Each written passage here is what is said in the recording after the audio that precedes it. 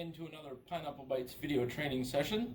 In this video training session, we're going to review the care and maintenance of POS 1535 terminal, as well as review the type of connections and where they are located on the terminal. As you can see here, we have the 1535 touchscreen terminal. To move the screen, you can simply put one hand on the top, one hand on the bottom, kind of push with your front hand, pull out with your underneath hand. Here you're going to notice there's a door. It's kind of a pull down lever. There is a screw that's located here. Typically that is not screwed in all the way, but if it is, you will need a Phillips screwdriver to loosen that. The screw doesn't come completely out, it just kind of backs out loose enough for you to be able to pull it down. You're going to notice on the right hand side there's kind of like a grooved little spot where you can put your thumbs. So what you can do is a thumb on each side, and then you can kind of pull down, and then this will actually pop down there. So now if you look up underneath, here's where all your different types of connections are going to be. We'll kind of explain them from the left to the right.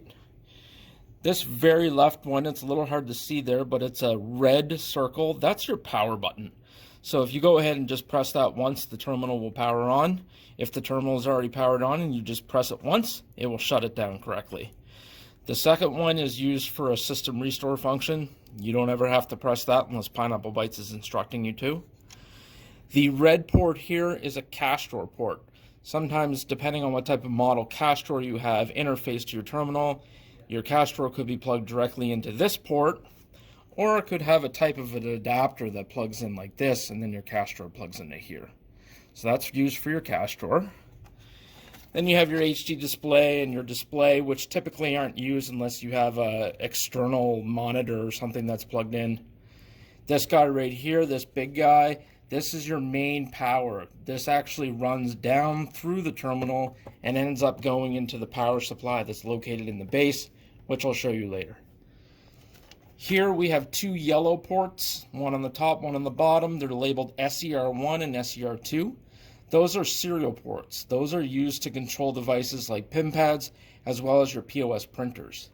Typically with these types of devices, you'll see a type of a network cable plugged in.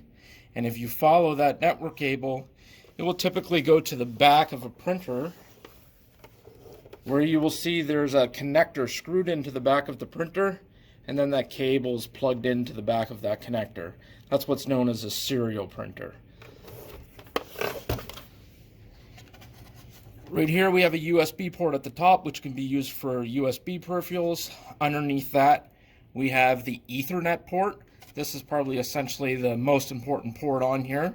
This is what allows the terminal to communicate to the other point of sale terminals as well as the back of house server. This will have a network cable that's plugged into it, which will run into a wall jack, or it could be a direct run back to your office where your network switch or router may be located.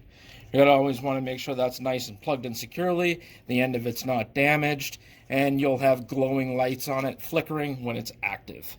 If the machine is powered on and you don't have lights, that's a good telltale sign that there could be something wrong with the Ethernet port on here, the cable itself, or the end is maybe just loose or it's unplugged on the other end.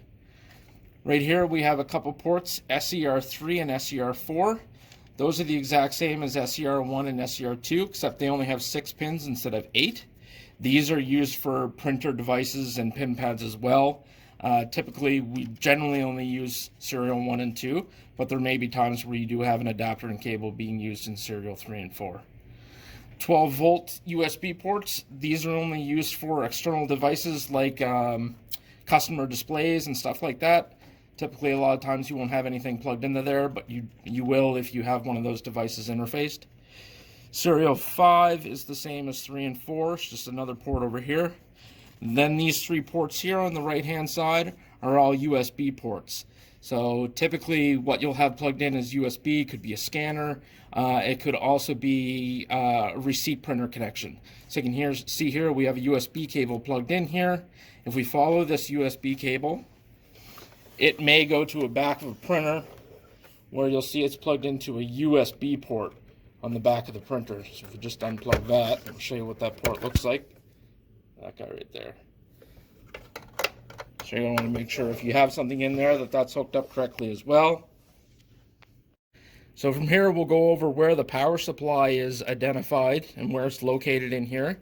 We're just gonna, to put this back up here, you can just make sure kind of no cables are in the way. You can see they're kind of ran up through this hole here. So we're just gonna wanna make sure we push this up, and you can just go ahead and snap that back in like that.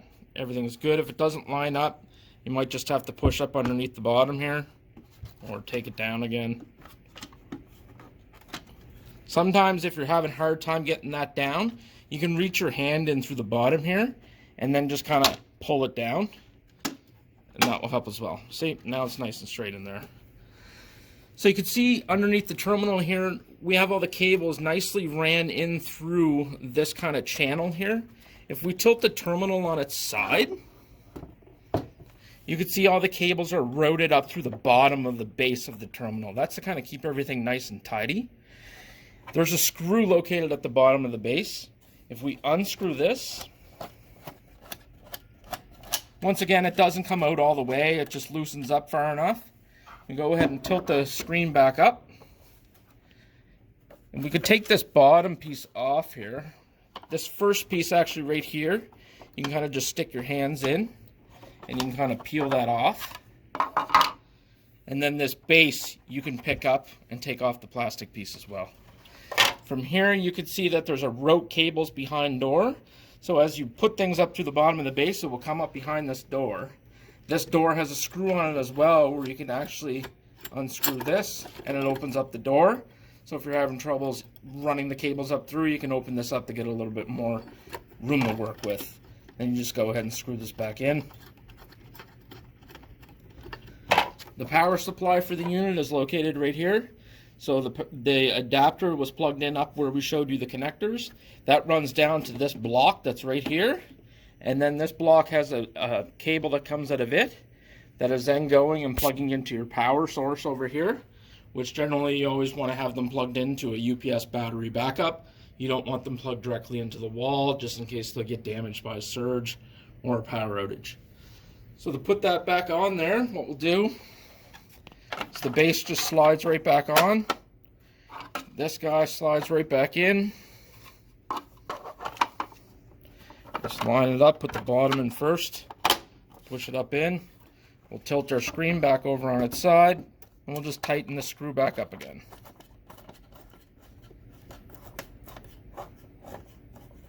We get the screw tightened, so everything's all put together there now, just like it was. Also, if you're ever looking for the serial number of the 1535 unit, it's located right underneath the screen. You'll see a sticker that says SN, and it has digits listed right here. So in case a representative from Pineapple Bites is ever asking you for the serial number of this model of terminal, it's located right here. On the left-hand side, we also have the model number. Also, what I should mention as well is the power button, which I showed you was the small red one in the corner. It can actually be accessed with this door closed.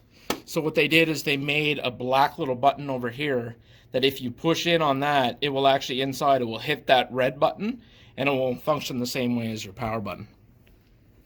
Now what we'll talk a little bit about is just how to clean your screen. Make sure your screen is nice and clean. You don't want to use any chemicals on it. This is similar to exact same type of screen as you would have on a smartphone. So what we recommend is just getting a bottle of spray water, just plain ordinary water. Get yourself a microfiber cloth. Spray the water on the cloth, not directly on the screen. And then we just go ahead and we clean off the screen. These screens can get really messy with fingerprints. It's just like a phone. You'll see fingerprints everywhere. So do it one side and then flip it over to the dry side of the cloth. And then we just wipe it down with the dry side. And that should make everything good. Thank you for tuning in to another tutorial. Have a great day.